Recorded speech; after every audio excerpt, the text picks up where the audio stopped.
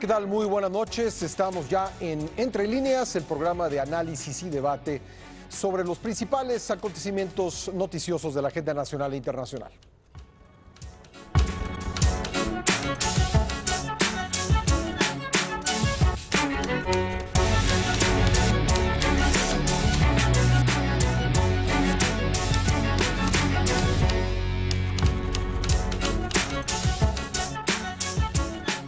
Una vez más, luego de celebrarse elecciones, ha quedado de manifiesto el comportamiento errático de los partidos que parecen estar decididos a seguir por el camino del encono. Lejos de aceptar resultados, ahora apuestan a las impugnaciones, una actitud que, de mantenerse, dará muchos dolores de cabeza en el proceso electoral que viene, el de 2018. Saludo en la mesa de Entre Líneas a Fabiola Guarneros. Fabi, ¿cómo estás? Bien, Pascal, buenas noches.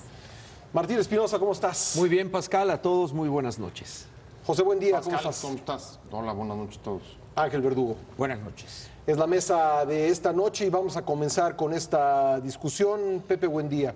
¿Cómo has visto lo que ha sucedido después del 4 de junio? La verdad es que uno sí tiene una sensación como de flashback, ¿no? Esas escenas del pasado que se intercalan con la acción actual. Te fuiste al 88. Pues casi, prácticamente, pasando, ojalá que no lleguemos a la época de las concertaciones. Eso sería, digamos, el peor de los mundos, cuando en este país las elecciones o el resultado de las elecciones se resolvían políticamente fuera de las urnas. Creo que justo la gran apuesta de los últimos 30 años fue esa, que los votos se contaran bien y que fueran lo que las urnas dijeran, los que dieran como resultado quién o cómo se construía la representación política. Pero dicho esto, sin duda, el 2017, las elecciones estatales 2017 han traído un montón de escenas del pasado. No habíamos visto hace prácticamente décadas a toda la oposición levantarse, como en el caso de Coahuila, mientras o cuando todavía estaban haciendo el conteo de los votos. En el caso del Estado de México ya tenemos una impugnación, no solamente de uno, sino de todos, prácticamente toda la oposición por separado, pidiendo que se anulen los comicios como por falta de equidad en la contienda, por el tema del rebase de topes de campaña, que desde la última reforma electoral ya es causa de nulidad. En medio de toda un poco ese marasmo en el que sin duda destacan también la falta de lealtad de los partidos respecto de las propias reglas, porque son los primeros en violarlas, hay que hacer notar, y a mí me preocupa sobre todo, como decías en la introducción, Pascal, de cara al 2018, la actitud que ha asumido el árbitro. Esa me parece también preocupante y habría que ponerlo en parte, digamos, de los saldos a considerar. Durante la mayor parte del proceso me parece que el INE se pronunció poco, estuvo lejos de las denuncias que se venían dando durante la campaña respecto de fraude. Luego, el día de la elección, Coahuila específicamente, se calificaron como atípica el funcionamiento del PREP, pero sin mayor explicación. Es un asunto que más bien ofrecieron hacerlo días después, cuando incluso ya habían la oposición buscado una reunión con ellos para tratar de aclarar qué es lo que estaba ahí sucediendo. Y la respuesta de los propios consejeros un poco sentí, digamos, de regañar e incluso prejuzgar, ¿no? Porque la primera reacción que tuvieron fue que sería descabellada las denuncias de fraude de la oposición, y eso sería prejuzgar. Para eso hay una serie de procedimientos y caminos que pasan, desde luego, por el tribunal. Primero, por la investigación que ellos realicen, por ejemplo, de gastos de campaña, pero también pues, por lo que desahogue, investigue y, en su caso, sancione el tribunal. Entonces, creo que hemos tenido, o se ha mostrado, una autoridad electoral débil, en buena medida también errática, y me preocupa sobre todo porque me parece que en el desahogo de las impugnaciones que vienen se van a jugar las autoridades electorales buena parte del capital político que necesitamos que tengan para dar certeza y conducir, digamos, de manera teniendo un buen arbitraje en la contienda electoral de 2018. Gracias, Pepe. Ángel, como dice Pepe Buendía, sin prejuzgar sobre las denuncias de la oposición, sí parece que se mezclaron dos cosas diferentes. El proceso de conteo de los votos, desde el PREP hasta los cómputos, y por otro lado, las denuncias sobre lo que ocurrió antes de la elección, en concreto la compra del voto. ¿Cómo ves tú estas dos quejas por parte de los partidos que perdieron las elecciones? Primeramente, para recordar viejos tiempos, difiero prácticamente de manera total y completa sobre las cosas que ha afirmado. De eso se trata esta mesa. Muy bien.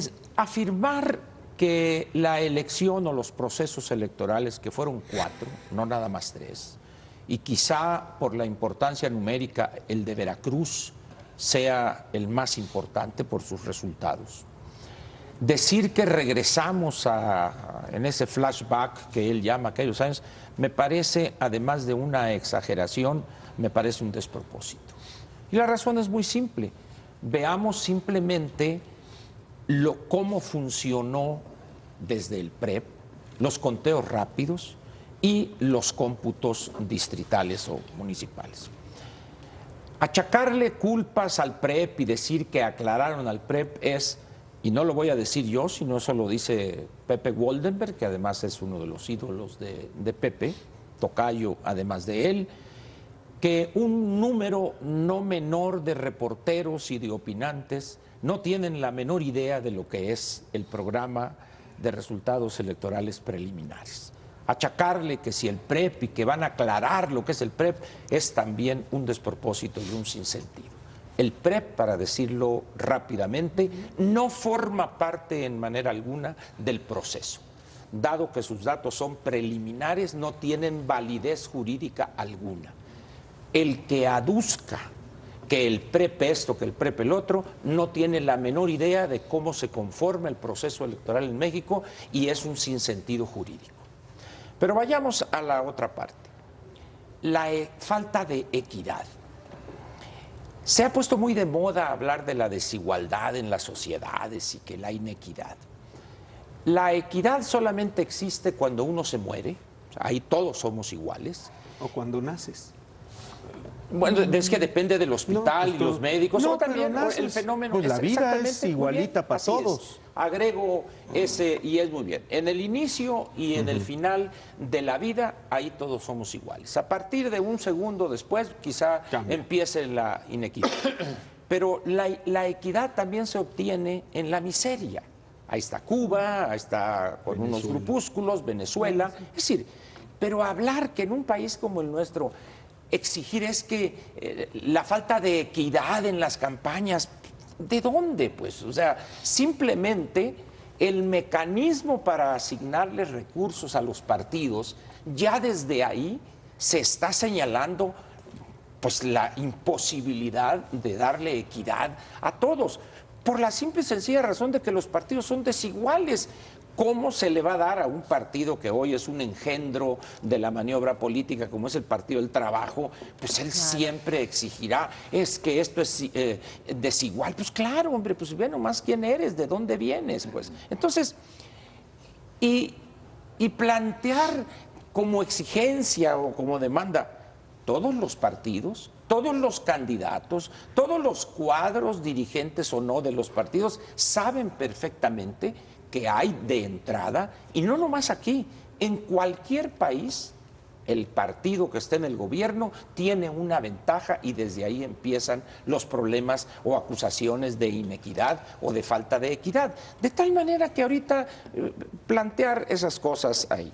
Otro elemento que me parece también un despropósito es el papel que se le asigna al INE. Es que el INE faltó, es que el INE fue errático, es que el INE no, como dicen, no condujo, no atrajo, perfecto, no atrajo los procesos electorales tal y tal.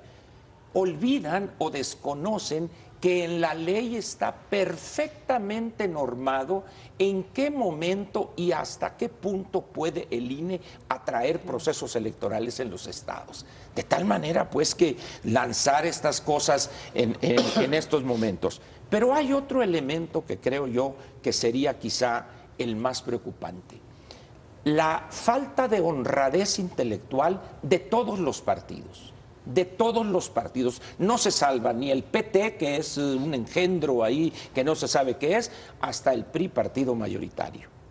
Es decir, todos dirigentes, candidatos, es decir, su característica es la perversidad producto de una falta elemental de honradez intelectual. ¿Cómo es posible que todavía se están contando los votos o empieza el cómputo en las casillas y ya teníamos 6 ganadores? Dice uno, esto es de chiste, esto es África, falta nomás que aparezca el licenciado Mugabe como si estuviéramos en Zimbabue. Es decir, ¿cómo es posible que en esas condiciones, con esos partidos, con esos candidatos, con esos dirigentes, con esas estructuras que les asignan anualmente cientos de millones de pesos, salgan a hacer ese papel? Ahora, es mucho más fácil acusar al INE, autoridad errática, que no salió. Pues simplemente ayer en un artículo el consejero Ciro Murayama les puso una recia acusando a todos esos que hablan de errático al INE, les puso una recia en un artículo perfectamente detallado con números, porcentajes. Para quien esté interesado en el periódico Milenio, ahí lo puedes leer. Y termino diciendo lo siguiente: compra de votos. Cuando uno compra algo es porque alguien lo vende. Es decir, todas las encuestas y los estudios, es que hubo una compra masiva de votos, debe haber habido entonces una venta masiva de votos. Es decir, ahora resulta que los únicos malos en este país son los partidos, sus estructuras, sus dirigentes, son los perversos. Y esos ciudadanos, esos 83, 85 millones, son seres impolutos, honrados a carta cabal, que no... Por supuesto que tan sinvergüenzas los que andan con los fajos de dinero comprando o recogiendo credenciales, tan sinvergüenza o violador de la ley el otro. Y termino diciendo lo siguiente: yo pediría que por favor la palabra fraude se destierre en materia electoral. ¿Por qué? Porque la ley correspondiente, que el viejo COFIPE se dividió en 3 leyes, una de ellas es Ley General en materia de delitos electorales. Y ahí están perfectamente definidas las conductas delictivas de candidatos, partidos, funcionarios electorales, funcionarios de esto, de todos. Y no aparece una sola vez la palabra fraude. ¿Por qué? Porque fraude es una conducta delictiva de otro tipo. Gracias, Ángel. Fabiola Guarneros. Fíjate que coincido con Ángel, pero quería agregar que lo que vimos es... O sea, no coincides con Pepe. No coincido, no, porque luego nos ponemos de acuerdo. No, el punto es que creo que fue el perfeccionamiento de los errores de los partidos políticos, lo que vemos, lo que vimos y lo que estamos viendo para el 2018. Y además, el cansancio y el agotamiento de este sistema de partidos, que lo único que hizo fue repetir sus errores, pero a la tercera potencia. Y voy a ir desmenuzando porque don Ángel me dio muchos elementos. El piso parejo, yo también, él habla de esto de la democracia, de igualdad, sí es cierto, oigo las entrevistas, tú en los diversos programas, Martín, entrevistan a los aspirantes, a quienes quieren, todos hablan del piso parejo. Desde que yo tengo edad para votar, he oído lo mismo, ¿no? He oído lo mismo, piso parejo. Ni en los partidos hay piso parejo, por lo que dice Ángel.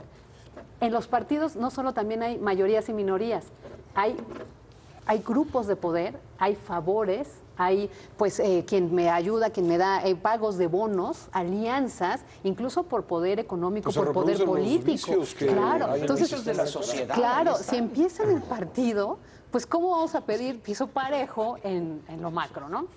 Otro, exacto, por lo de las candidaturas, las cuotas que hay de, pues yo te apoyé, ahora tú me apoyas, ¿no? Yo te llevé votos en el norte del país, pues te toca la Secretaría de Estado. La otra, la ciudadanía que estamos construyendo, porque tiene razón, para que haya compra de voto hay quien lo vende. Y también es otra reflexión, es la sociedad que somos, que nos dejamos educar, por llamarlo de alguna manera, por los propios partidos. Los partidos nos enseñaron a que por un peso, un tamal, un ride, que ahora se llama movilización del voto, pero ahora pues súbete al camión y llega, dábamos nuestro voto, ¿no? Y después se perfeccionó ese rol, por eso hablo de que perfeccionaron los errores, los vicios y llevaron al agotamiento, porque ahora es, toma lo que te dan, pero vota por el PAN, o toma lo que te den, pero vota por, ahora los frijol con gorgojo, los pollos, los patos y toma con acéptalo, Morena. pero a la mera hora diles, toma tu voto. Exacto. Pues creo que Pero todos lo tomaron han hecho. literalmente la primera parte, ¿no? Exacto. No tanto la segunda. Exacto, ¿no? pero a lo que voy es que todo el mundo empezaron primero denunciándolo y luego ya se hicieron... Las tarjetas te pagamos luego. Exacto, y luego se hicieron cómplices y nos enseñaron. Pero la culpa es de ellos y de nosotros como ciudadanos. Sí, claro. O sea, nosotros, los ciudadanos, no somos responsables para ejercer nuestra ciudadanía, nuestro derecho al voto, nuestro valor del voto, y ahí vamos. Entonces, yo sí veo un 2018 de repetir estos mismos errores. Oigo, ya yéndonos para allá, oigo las entrevistas de todos los aspirantes. Todos hablan de primero construir el modelo, el proyecto de nación, el gobierno que queremos. También lo oí desde que empecé a tener conciencia de las noticias políticas. Nunca llegan a un acuerdo. Más bien el viernes escuchaba a Derbez, que también quiere ser el candidato por el PAN a la presidencia, y él decía lo mismo, que en el PAN también hay que pensar en Luis Ernesto Derbez, el programa de gobierno. Y recordé, pues Cárdenas está impulsando también un proyecto de gobierno.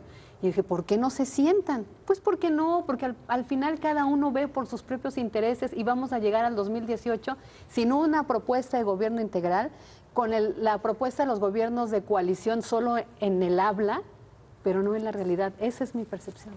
Martín, si tan buenos resultados les dio para ellos, para los partidos, para sus objetivos, la compra del voto, que todos en mayor o menor medida hacen, ¿por qué pensar que en 2018 van a hacer otra cosa? Claro, yo creo que esto es una antesala, aunque algunos digan que no y niegan que sea un laboratorio y la alquimia electoral y tantos términos que vengo escuchando desde que yo era niño. También. Allá en Yucatán, ahí vivimos muchas décadas. Esto que se ve a nivel nacional hoy en día, nosotros lo vivimos en el sureste desde los años 70 y los años 80, donde a la oposición de derecha, que era el PAN, no se le dejaba obtener ninguna victoria, ningún lugar que no fuera plurinominales, ¿verdad? No se les dejaba ganar en las urnas, hasta que la misma presión de la sociedad pues fue orillando a los políticos que organizaban los comicios a darle equidad, una de las palabras que no le gustan a Verdugo, o menos inequidad a los procesos electorales. Y bueno, pues preguntabas, Pascal, si esto augura por qué tendrían que comportarse los partidos de manera diferente el año próximo.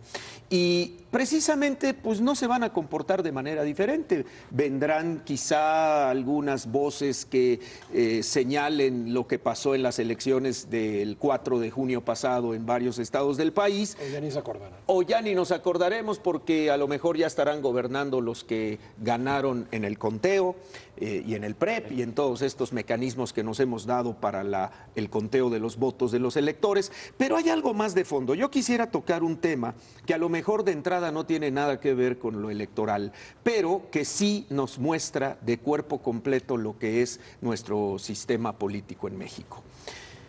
La muerte de una niña hace unos días en el Estado de México a manos de presuntamente un chofer de una combi, de una ruta, como muchas rutas hay en el Estado de México, en el DF y en otras ciudades o muchas ciudades del país. El papá decía, es que como estaban muy entrados en sus elecciones, nadie nos hizo caso cuando fuimos a presentar la denuncia por la desaparición.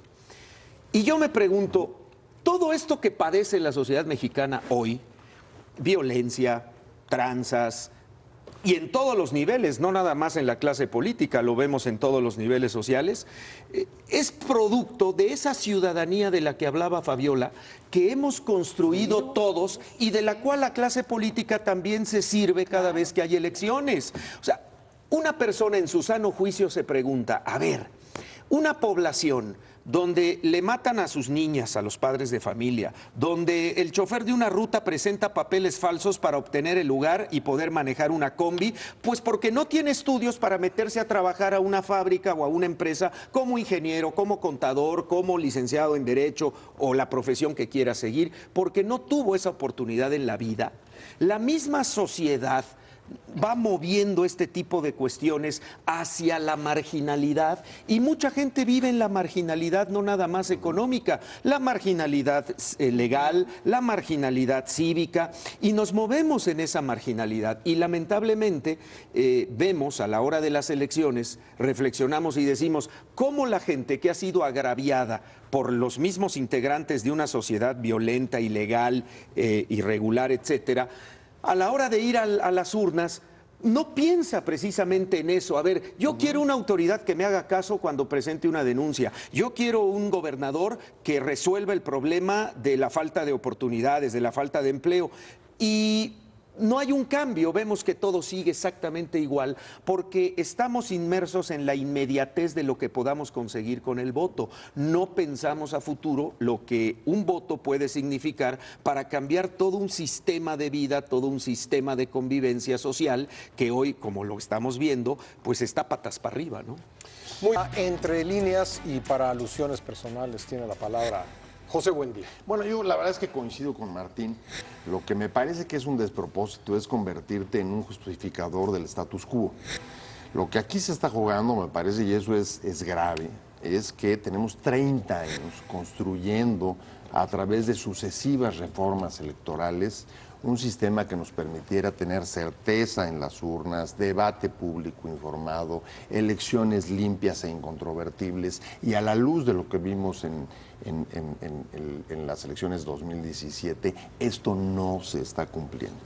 El tema de la equidad sí es importante, aunque, y ahí difiero, Ángel lo menosprecia, pero justamente ha estado en el corazón del desarrollo de las reformas de las últimas 3 décadas. Lo que hemos estado buscando, lo decía Fabi desde que se acuerda, es buscar piso parejo, que haya igualdad en las contiendas, e incluso hasta la última de 2014, cuando por primera vez, me imagino que lo sabes, por ejemplo, Ángel, es tan relevante el tema de la equidad que incluso se llevó a la reforma del 14 la nulidad de las elecciones cuando se rebasan los topes de campaña, cuando hay un 5% arriba del que sea el vencedor. Entonces, no es desdeñable lo que estamos viviendo.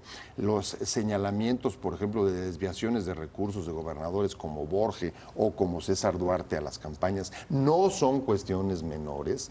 La participación o las maquinarias que se apoyan desde los gobiernos de los estados no son cuestiones que podamos dejar de ver, a pesar de que en efecto estén lucrando con la pobreza.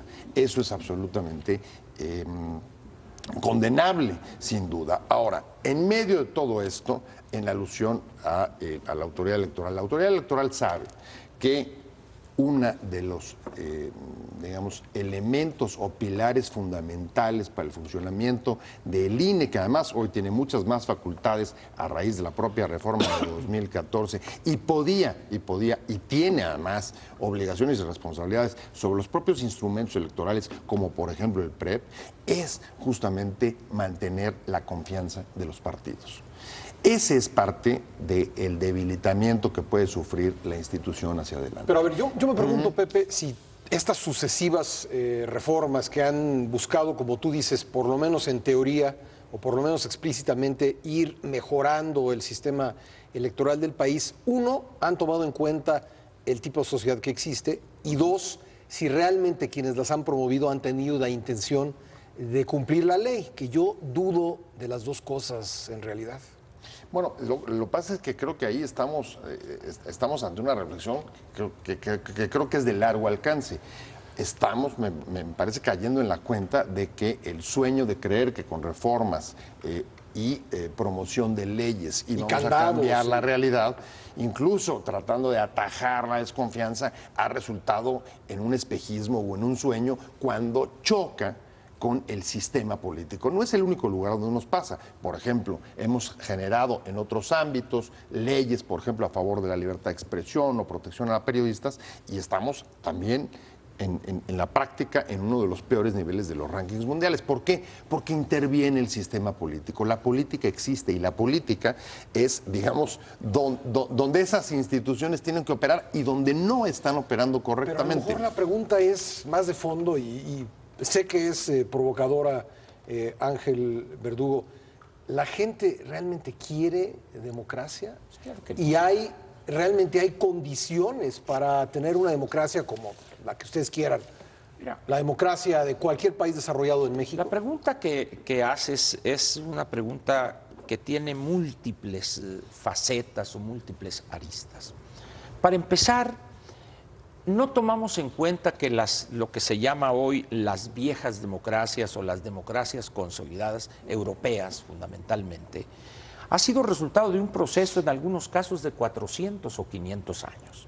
Las más jóvenes o noveles, estamos hablando de 200, 250 años. En el mejor de los casos. En el mejor de los casos. Y tenemos aquí, ni siquiera empezamos seriamente a construir la democracia.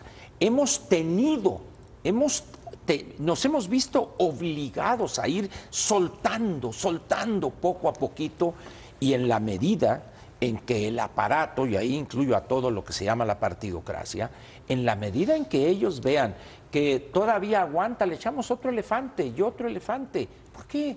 Porque ese es su negocio, de eso viven. A mí me sorprende, pues en este caso de Pepe, esa casi ingenuidad y esto.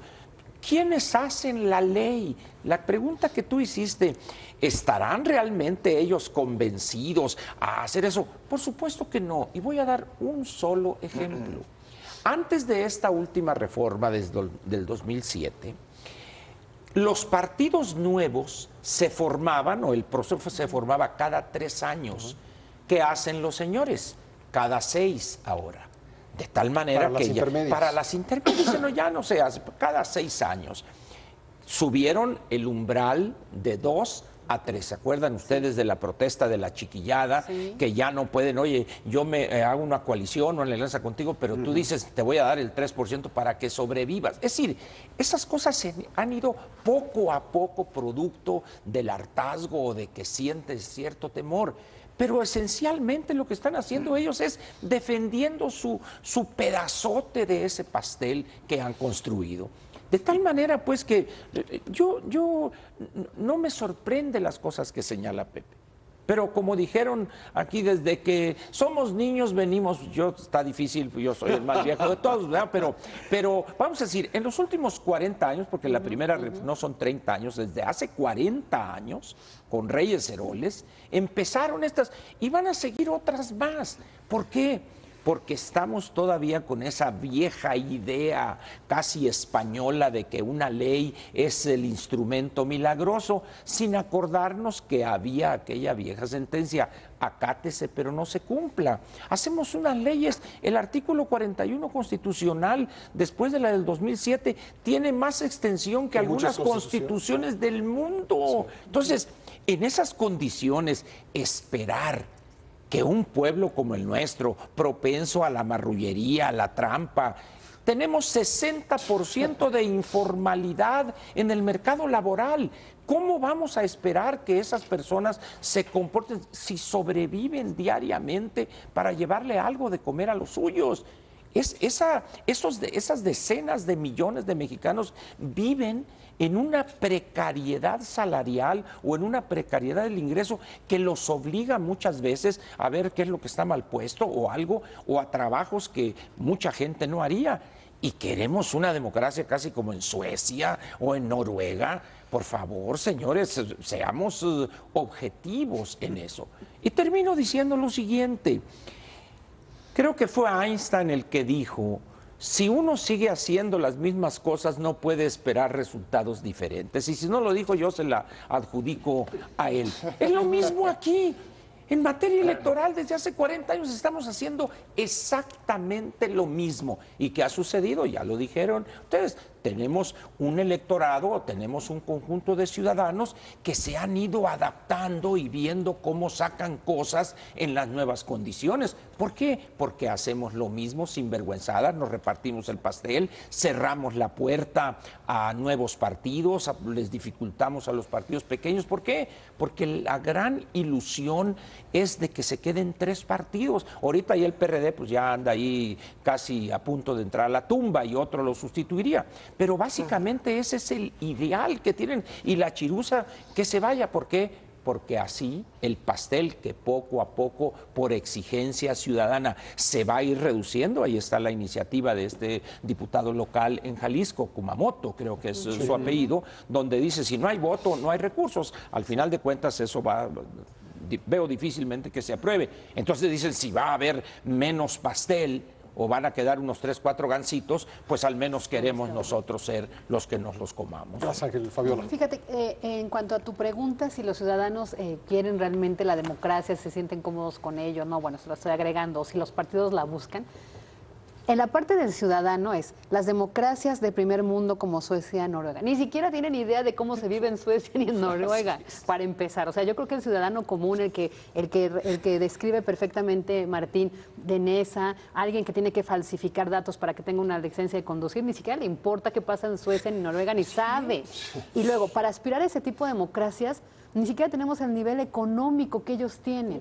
Y luego volteas a ver a los otros referentes más cercanos que no sean los mejores ejemplos, pero es Estados Unidos. Y ves cómo está Trump, cómo está gobernando Trump, cómo llegó Hillary y toda la porquería que ha estado saliendo atrás, dices, no, gracias. Volteas a ver a Brasil, que durante mucho tiempo fue referente, pues en los casos en los que se vio envuelto de corrupción Lula, Dilma, ¿no? Volteas a ver a Argentina y dices, ¿a dónde volteas a ver? Ahora, no es un problema de voto y democracia, es un problema del gobierno que después construye. O sea, finalmente el que llegó, aunque sea con el tercio de la votación, no hace algo por esta democracia. Es decir, ¿para qué votas por alguien que fomenta la corrupción, donde hay impunidad, no hay justicia? Ese es un lado. Y el otro que dice Ángel Verdugo, que hacemos leyes y leyes pensando que una ley es el instrumento mágico para resolver nuestros problemas.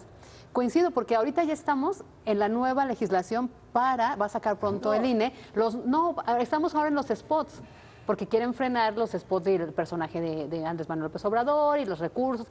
Eso no ayuda ni a la democracia, pero tampoco define los resultados, ni al ciudadano le importa cuántos spots vas a meter o no, ¿no?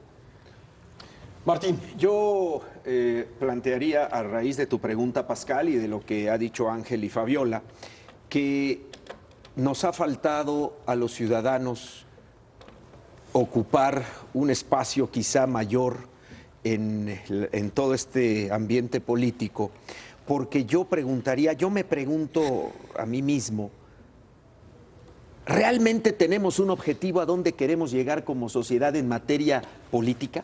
O sea, ¿realmente sabemos, la gente que habita en zonas marginadas, la gente que vive en las grandes ciudades, las comunidades que están en Chiapas, en la zona rural, queremos o creemos o tenemos idea de a dónde queremos llegar? Porque no ha habido liderazgos que ni siquiera enarbolen algunas inquietudes sociales y las lleven al ámbito político, y salvo quizá ahí algún populismo que también es muy criticable por otros vicios y otras cuestiones, que represente realmente lo que los ciudadanos queremos, yo creo que no hay. O sea, yo me pregunto, bueno, ¿cuál es mi sueño de país en este momento? No lo sé. O sea, como que andamos perdidos desde hace muchos años, Ángel. No hay un referente nuestro. Es muy difícil definir a México. No por ser como Suecia, no por ser como Estados Unidos, no. ¿Cómo somos nosotros o a dónde queremos llegar? ¿Cómo queremos ser de acuerdo a nuestra idiosincrasia y de acuerdo a nuestra realidad?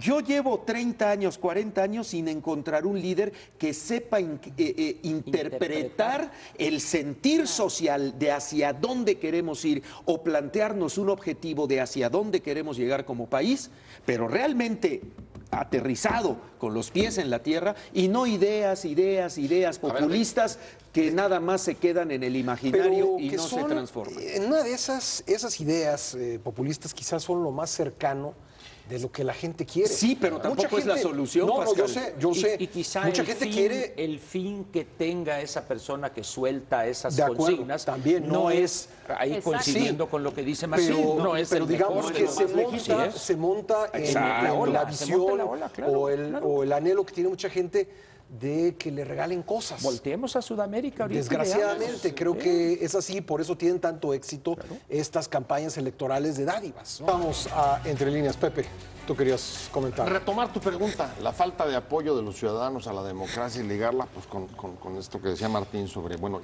y si se pierde ese apoyo, pues, hacia dónde vamos o cuál es la alternativa o qué lo sustituye. Después de la alternancia hubo muchas explicaciones sobre por qué digamos, el descontento o la frustración con la democracia por exceso de expectativas. Se pensó que a lo mejor iba a resolver todos los problemas. Después vino los diagnósticos como el freno al cambio de Vicente Fox, se acordarán, el Congreso, gobiernos divididos que impiden la partidocracia que se satura, etcétera, etcétera. Pero en cualquier caso, yo lo que quiero plantear como preguntas o agregar a tu pregunta es saber, a partir de que han descendido el respaldo y la aprobación a la democracia después de la alternancia, ¿hemos estado mejor? ¿Hay menos inseguridad? ¿El país ha crecido más? ¿La economía ha tenido un mejor desempeño? ¿La informalidad se ha reducido? ¿Qué ganamos? Pero eso se lo puedes pedir ¿cuál a la democracia? sería? Eso se lo puedes pedir a la democracia. No se lo estoy pidiendo a la democracia. Lo que te estoy diciendo es que el deterioro del sistema político que nos dimos a través de sucesivas reformas y la falta de respaldo y sucesivas alternancias, y las sucesivas alternancias a todos los niveles no solamente no está llevándonos a una situación mejor, sino al contrario. Hay una proporción directa entre el deterioro del país y la falta de credibilidad hacia la democracia, la falta de crédito en las instituciones y la falta de confianza.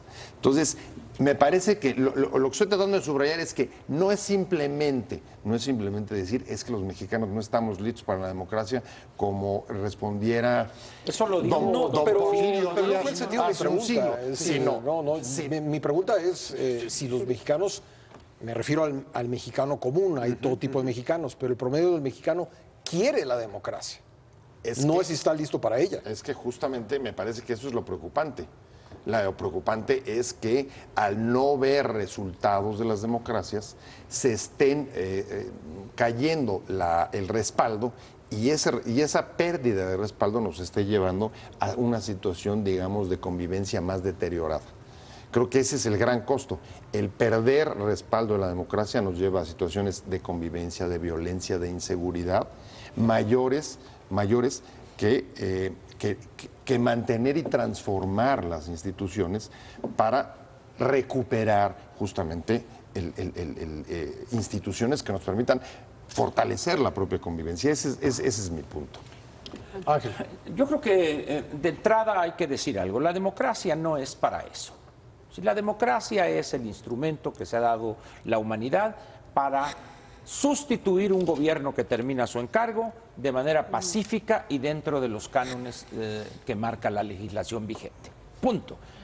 Quererle encontrar, es que si no hay la desconfianza en la democracia, entonces hay inseguridad y eso. Para decirlo de manera coloquial, no le busquemos glándulas mamarias a los ofidios, no son mamíferos. La democracia tiene un uso perfectamente definido en las sociedades. Esas cosas que tú señalas tienen otra causalidad y esas nada tienen que ver con si la democracia o si no democracia. ¿Qué es lo que sucede? Lo dije hace unos minutos. Mientras sigamos haciendo las mismas cosas, vamos a seguir obteniendo los mismos resultados. Entonces la pregunta es, ¿queremos dejar de hacer las mismas cosas o hacemos cosas diferentes? Ese es el problema. Ah, bueno. Esa es la pregunta más relevante. Pero ahí sí entra la democracia. De acuerdo, pero como una parte, como un factor. Bueno. Pero tú le dices a la gente, a ver, ¿quieres tú que haya menos corrupción o que no haya corrupción? Es evidente que te va a decir que sí. Te va a decir que sí. El problema es que para que eso se dé, vas a tener que aplicar la ley de manera rigurosa. No, y además diciéndole al ciudadano, pues empiézale, manito. Efectivamente, ¿no? así otra vez, pone el ejemplo. Entonces, estamos en una especie de círculo vicioso o el perro mordiéndose la cola. Es decir, el problema, vamos a llegar al final de la discusión, vamos a llegar a algo. Una cosa es el qué queremos, que puede tener múltiples facetas, democracia... ¿Qué queremos o qué decimos que queremos? Efectivamente, ¿qué decimos que queremos? El problema es que nadie se atreve a decir cómo vamos a lograr eso. Todo el mundo habla el qué, y queremos una educación de calidad, y queremos una infraestructura de primera, y queremos esto. Esos son los qués.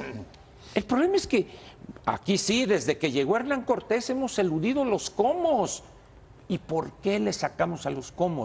Porque en ese momento vamos a herir o vamos a dañar privilegios de uno u otro grupo. Vean ustedes los problemas que hay en el tema que quieran, en la actividad que quieran ustedes, competencia económica, telecomunicaciones, etcétera. Y en el momento que hay alguna reformita, viene en ese momento un huracán de amparos. Y ampárame, amparito, aunque no seas juez de distrito. Y dice, ¿quiere esa persona la competencia? Lo que me está demostrando no solo es que no la quiere, sino que además hará lo que sea por impedirla. Y nos vamos a cada ámbito, a donde vayan ustedes, vamos a encontrar lo mismo. Aquí entonces dirán, bueno, ¿y por qué algunos países? Y a mí cuando de repente me dice alguien, es que ve cómo está Chile, que es ejemplo de tal. No hay problema, le digo. O sea, no más que el precio que pagaron allá, y le hago las cuentas de cuántos desaparecidos, y con 125 millones habría aquí que desaparecer. Ah, no, bueno, entonces aguántate o destapa la otra y sigamos chupando. ¿No? Ese puede ser un buen diagnóstico de por qué no está funcionando correctamente la democracia, si es que te leí bien. Y es que grupos políticos que están incrustados en las instituciones limitan el funcionamiento de la democracia. Es decir, partidos. el problema no solamente se llaman partidos, porque cuando tú hablas de amparos, cuando hablas del sector, de los pues, distintos son sectores, los que se coluden con ellos. Sí, pero estás señalando a grupos de poder a nivel local, a nivel presidente municipal, caciques locales, gobernadores de los estados y en las distintas ramas de la vida económica. Entonces, ¿dónde está parte de la bronca que estamos viendo de la falta de funcionamiento de la democracia? Pues que las instituciones están capturadas o pueden estar capturadas por grupos políticos que ven por sus intereses particulares, independientemente de que podamos tener transmisiones pacíficas del poder. Dicen que quieren hacer eso desde una institución autónoma, por ponerle nombre, y en realidad no se atreven a tomar las medidas conducentes. Y no son autónomas. Por supuesto, ¿no? Aquí no es autónoma ni la UNAM. Yo estoy de acuerdo con los dos puntos de vista y no quiero abundarlos porque ahí están perfectos, ¿no? ¿Quiénes son responsables? Pero quiero agregar que no se nos olvide que los ciudadanos, la sociedad, también somos responsables de esto. Es decir, ellos hacen su parte y nosotros hacemos la nuestra. Porque comentábamos también en el corte, hay gente que ya pues mejor vende su voto, porque unos por necesidad, otros pues porque de dónde sacas 4,000, 5,000, desde 1,000 pesitos va, otros porque ya piensan así, es mi voto, es mío, yo lo vendo, ¿no? Entonces ahí somos culpables. También nos quejamos de que ganan los que por la minoría, ¿no? El que llegó con los votos de la minoría porque la mayoría no votó. Pero entonces es nuestra responsabilidad. Yo quiero agregar esta parte de que los ciudadanos somos muy responsables de esta democracia que vivimos. No, pues yo creo que los partidos son el reflejo. A mucha gente no le molesta que se diga esto, pero en realidad yo creo que sí tenemos el gobierno que merecemos, porque el gobierno es un reflejo de la sociedad que a personas particulares, por experiencias, por su conocimiento de cómo funcionan otras democracias, le parece que lo que tenemos aquí, como dice Ángel, es digno de Zimbabue. Pero tenemos que ver que en realidad muchos de los reflejos de los partidos políticos, de las cosas que ocurren en la campaña, son cosas que ocurren cotidianamente, Martín, en las calles de esta ciudad o de otras partes del país. Claro, y no se habla de ello porque no repercute directamente o no es mediático, como fue mediático el tema de la niña que violaron y asesinaron en Ciudad Neza, Valeria, que para mí es un buen ejemplo de cómo las instituciones han dejado de servir al ciudadano, pero que el mismo ciudadano, cuando le toca meter sus papeles para obtener un permiso, para sacar una licencia, pues también incurre en este tipo de cochupos, de conductas irregulares, Pues porque hay que obtenerlo rápidamente y entonces todos somos parte del sistema. O sea, no podemos pasárnosla echándole la culpa a los de arriba si nosotros mismos cuando llegamos arriba pues somos reflejo de lo que fuimos cuando estábamos abajo o en medio, ¿no? Exacto. Una cosa quisiera, ahorita que menciona el caso de la niña Valeria, que lo comentamos contigo ahí en el radio, incluso antes de que falleciera el presunto, porque legalmente era presunto, yo le comentaba a Pascal, tanto al aire como fuera del aire, la justicia en reclusión. Es decir, efectivamente tú puedes hacer un cuchupo acá, pero violador de niñas que llega a una cárcel en este país prefiere suicidarse en algunos casos que aguantar, repito, lo que la justicia carcelaria le hace a esos delincuentes. Que además es una justicia extra... Por supuesto, vamos a llamarle extralegal, totalmente. Sin embargo, si le preguntan ustedes a quienes están ahí recluidos, dicen, no, yo he cometido esto, que un fraude, esto, un robo, pero violar a una niña, no. Y por eso... Le dicen violines, ¿no? Violines es el nombre científico. El famoso violín. Y si le preguntas a la sociedad, al ciudadano común, es que lo mataron y lo violaron en la cárcel. Qué bueno. Claro. Sí, claro, pues ¿no? hasta ese extremo ¿Por qué? estamos llegando. Porque no creemos en nuestras son instituciones. niveles de bestialidad. Y porque me voy al otro caso, digo ya para terminar, el otro caso tan polémico del caso Mireya. ¿Por qué hay tantas dudas? ¿Por qué no le creemos a nadie? Más allá de quién tuvo la culpa, si la mamá, si el papá, si había enfermedad mental, más allá de todo eso y de las decisiones que se tomaron, ¿por qué no creemos a nadie? Porque nosotros mismos nos encargamos de debilitar las propias instituciones de procuración de justicia, no solo desde el ciudadano, ahí sí de las autoridades, que hemos visto tanta corrupción, tanto favoritismo, que no le crees a nadie. Bueno, ¿no? Es a tal grado esto de lanzar juicios sumarios absurdos que en el caso que he repetido una y otra vez, la doctora María Amparo Casar, una académica ilustre, acusando de que se realizó un fraude cibernético, tendrá idea de lo que es la cibernética y sabrá que el fraude como tal no es una figura delictiva en materia de delito electoral. Sin embargo, una persona de ese nivel académico y prestigio lo dice. Entonces dice, bueno, ¿qué se puede esperar de un ciudadano de a pie? Pepe. Ahora es cierto que puede haber, que parte de lo que puede explicar el que no hayan dado los resultados previstos estas reformas institucionales y legales sea la falta de masa crítica de ciudadanía que hayan exigido que funcionaran y que hayan demandado su cabal cumplimiento.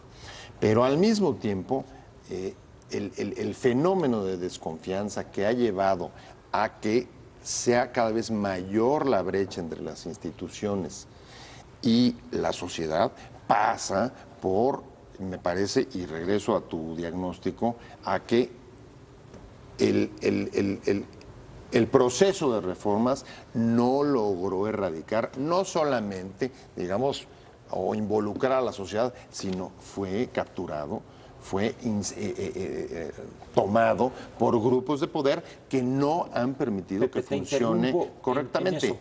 ¿Qué tal si ese era el objetivo real de esos diputados y de esos senadores, que no diera ese resultado? Bueno, yo no sé. Como hipótesis de trabajo, como hipótesis de trabajo. Puede ser una conspiración general, pero por lo pronto dijéramos, lo que nos hace la ley, hace la trampa. Claro, pero por lo pronto con lo que nos quedamos es justamente, digamos, que con un peor escenario, porque al menos antes lo que teníamos era la perspectiva de hacia dónde ir y hacia dónde nos podían construir la reforma. Y lo peligroso es que hoy quizás se haya perdido esa ilusión, vamos a ponerlo así. Ahora, esto en 2018 habría que hacer un programa completo, pero creo que sí vale la pena que cerremos planteándolo. Esto que ha ocurrido el pasado 4 de junio, lo que estamos viendo, el tipo de instituciones, el tipo de ciudadanía que nos hace prever en 2018. Pues estamos a un año. Sin miedo.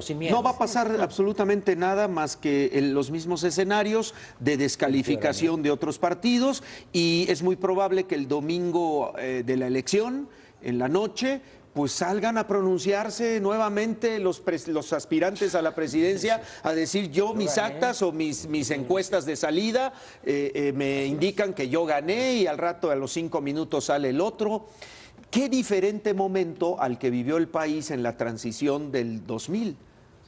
porque ahí era otro ambiente el que se respiraba. Así es, había el hartazgo y fue la derrota. Y además reconocida, no, y reconocido por el reconocido por el presidente Zedillo en aquel momento. Él fue el primero que sale. 7 puntos de diferencia. Que además fue un momento inédito en la política mexicana, pero hoy yo no encuentro nada inédito en la vida política del país y preveo un escenario similar al del 4 de junio pasado. Yo veo un poquito diferente. Yo tengo temor de actos de violencia. Para mí, la participación de grupos que se dedican a la delincuencia desorganizada, bueno, en ese país no hay nada organizado, yo creo que tendrán una participación más abierta y activa que lo que hemos visto. Creo que con sus recursos, no solo económicos, sino su capacidad de fuego que tienen, que retan al ejército, a las Fuerzas Armadas, incidirán en amplias regiones del país. Creo que veremos algo mucho más complicado si en estas 3 elecciones a gobernador